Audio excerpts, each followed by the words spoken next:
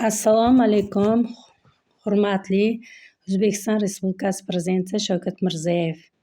Men sizga murojaatim, men Jizzax viloyati Zomin tumani Halqobod mahallasida yashayman. Hozirgi kunda hokimiyat balansida. Men sizga murojaatim, siz 285-qaror bilan 2022-yil 12-martda O'zbekiston Respublikasi xotin-qizlari tomonidan boshlang'ich badalni to'lab, ularga kambag'allikdan chiqarish uchun, ya'ni qiynalgan, yolg'iz farzandni tarbiya qilayotgan, ya'ni tazyiq, zo'ravonliklardan charchagan ayollar uchun imkoniyatlar yaratib bergan O'zbekiston Respublikasi Prezidentiga murojaatim. Men Abdusattorova Ulbo'sin, Zomin tumani Halqobod mahallasida yashayman, Jizzax viloyatini. Sizga murojaatim, mana siz bizga shunday imkoniyatni yaratib, kambag'allikdan chiqaraman dedingiz-u, lekin sizning qilgan ishlaringizni mana shu qo'l ostingizdagi hokimiyatingiz, prokurorlaringiz, Vazirlar Mahkamasi, xotin-qizlari, O'zbekiston Respublikasi xotin-qizlari, barcha hattoki ombudsmanlaringiz ham hammasi sizni ustingizdan kulyaptimi yoki bizni xalqni ustidan kulyaptimi bilmayman, sizni siyosatingizni ustidan kulyaptimi bilmadim. Siz kambag'allikdan chiqaraman deyapsiz, lekin kambag'allikdan chiqarmayapsiz. Siz faqat boylarga hamma imkoniyatni yaratib beryapsiz. Sizni bir imkoniyat yaratib berganingiz aytay, faqat xo'ja xo'rsinga bo'lib qoldi sizni ishingiz. Bitta ayolga sertifikat, hamma narsani qildi-yu, lekin 16 tani ko'chada sarson sargardon qildi. Ko'pgina ayollar nolib yashayapti. Shulardan bittasi men Abdusattorova Ulbo'sin.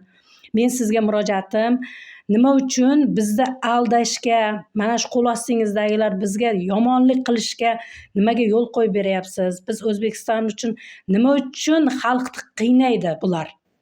Mana siz bergan sertifikatlari na qo'l qo'yilgan, na boshqa narsa qilingan, bu xo'ja ko'rsinga qilingan narsami? Mana shu sertifikatni berib bizni mana shu 285-qaroringiz bilan aldab kelyapti.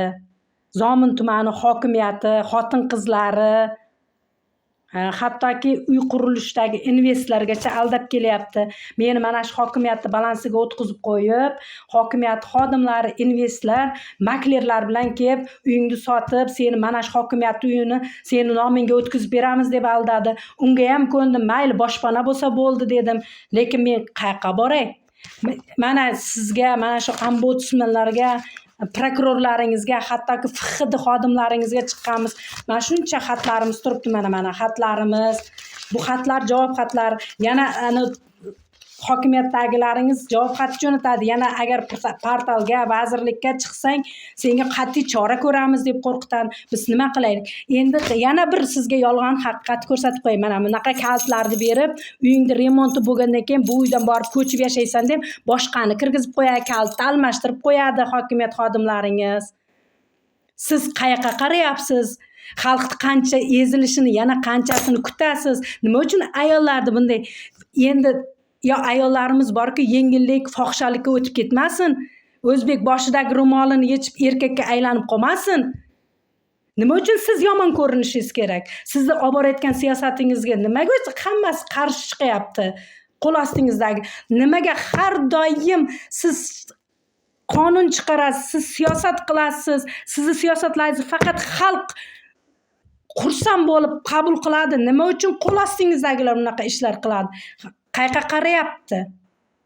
Emin Zomin tumanini kelib tekshiring, ayollar bilan yuzma-yuz, men yuzma-yuz siz bilan uchrashishni xohlayman. Sizga aytadigan gaplarim, dardlarim ko'p.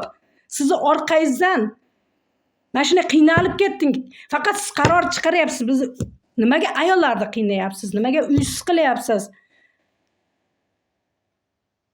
Nima biz kimga murojaat qilaylik sizdan boshqa? Hech kim bizni eshitish xohlamayapti.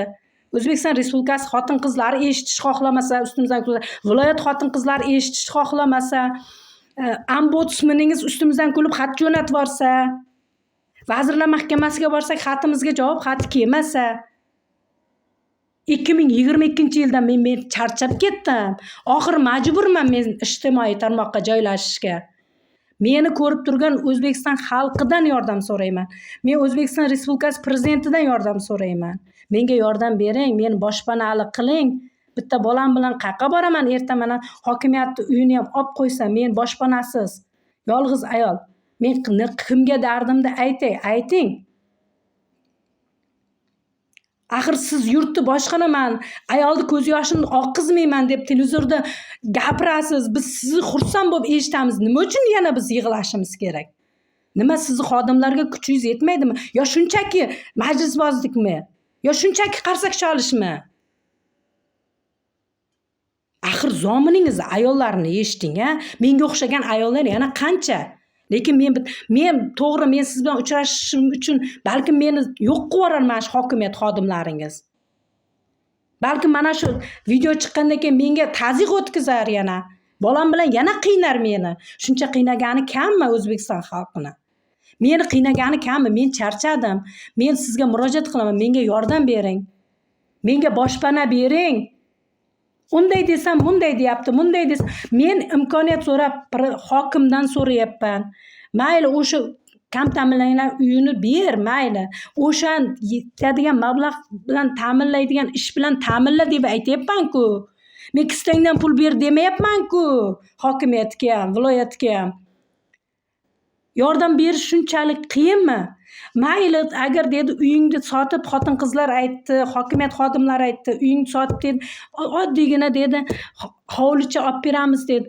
Unga ham rozi bo'ldim. Qo'lingda diploming yo'q, o'qimagansan dedi. Mayli, 4 tovuq qil deyapsiz, tovuq ham qilaman dedim, ishlab dedim. Birovni piyozini ekib bersam, birovni tappisini qilib bersam, birovni uyatam bo'lsa aytayin, shatmog'ini ham yo'man. Shunaqangi ayollar bor, hattoki qo'lidan xamir yoyish kelmaydi, hattoki qo'lidan kir yuvish kelmaydigan xotinlarimiz bor, mashinkasi bo'lsa ham. Nima qildingiz? Ayting. Mana menga bering o'sha ishlarni, qilayin, men qora mehnat qilay. Bo'pti, o'qimagandirman. Aybim o'qimagan bo'lsa, shunchalik ezishmi o'zbek ayolini? Biz qanaqa biz yangi O'zbekistonda yashayapmiz? Qachon biz kambag'allikdan chiqamiz? Siz u yoqda kuyib pishaversangiz, bizni oling yoningizga, kuyib pishaylik, biz ham qo'shilib siz bilan. Biz ishlaylik, o'qimagan. Aytasiz-ku, diplomki muhim emas. Kalla muhim deysiz-ku. Charchadik. Men ham aytdim, bo'pti, hovli qilib bersang ham 4 ta narsani ekib bo'lsa ham kunim ko'raman dedim. Ko'kat so'tsam ham kunim ko'raman, to'g'ri hovlicha qilsa. U yog'iga ham ko'nmaydi hokimiyatingiz, bu yog'iga ham ko'nmaydi. Men qayerga borayin? Boshlang'ich baland to'lib bergansiz, rahmat. Lekin men qayerga boshimni uray? Kimga arz dodimni aytay sizdan boshqa eshitadigan odam qolmadi bu O'zbekistonda. Barisi kustasini o'ylaydi, qornini o'ylaydi, qator uy soladi. Nima qiladi bilmayman. Tekshiring, asal hokimiyatingizni tekshiring. Mana domlarni tekshiring, kambag'allar. Faqat boylar yashaydi. Qo'sha mashinalar, qo'sha kambag'alda qanaqa Malibu bo'lishi mumkin? Kambag'alda qanaqangi kam ta'minlangan ayolda trekker bo'lishi mumkin? Yo'q. Meni fikrim yetmayapti. O'sha u kam ta'minlangan, ajrashgan ayollar 4 tadan 5 tadan farzandli bo'lib ketdi-da yoqqa borib. Biz nima qilishimiz kerak? Mana xatlaringizni, kelgan xatlarni o'qib o'tirishimiz kerak. Mana yozgan xatlar mana. Ombudsmeningizdan kelgan hamma, lekin mantiq yo'q yozgan narsasida. To'xta, sen o'qimagan bo'lsang, kel suhbatlashay demaydi. FXD xodimlaringiz ham, SMB ham, prokuraturangiz ham hech kim ishlayotgan yo'q. Hammasiga murojaat qilib bo'lganman. Endi faqat murojaatim sizga qoldi. Shuning uchun siz bilan uchrashib, siz bilan dardlashmoqchiman. Ota va qiz bo'lib siz bilan gaplashmoqchiman. Otam sifatida siz bilan gaplashmoqchiman. Ichimdagi dardlarimni sizga aytmoqchiman. Iltimos uchrashaylik, prezident bu jonim xalqimdan chiqib ketdi. Farzandimni men ham chiroyli o'qishlarda o'qishini xohlayman, chiroyli inson bo'lishini, sizga nisbatan, prezidentimizga nisbatan faxr bilan yashashini xohlayman. Prezidentimiz aldamchi, yolg'onchi degan gap bilan yashashini xohlamayman. Ongni rivojlanishini xohlayman men bolamni. Chiroyli joylarda o'qitishni xohlayman, mayli qo'llarim kesilib ketsin, bo'qlarning ichida yonib ketsin, molni bo'qlarning ichida tappa qilsam ham. Lekin men bolamni kelajagini yaxshi qilishim kerak. Aybim kambag'alligim. Mayli, men kambag'al bo'lsam ham bolam yaxshi yashasin. Men onaman, lekin to'g'ri yo'lda, qora mehnatda bolamni men voyaga yetkazib, bittagina uy bering, jon ota deyishga majburman sizda. Meni eshiting, iltimos, men bilan aloqaga chiqing, iltimos. Zomindaman. Abdusattorova Ulbosinman. Yana bitta ismim bor, Hadicha ismim. Iltimos, Prezident bova, bizni eshiting. Bizni ham nolamiz sizga yetib boramikan?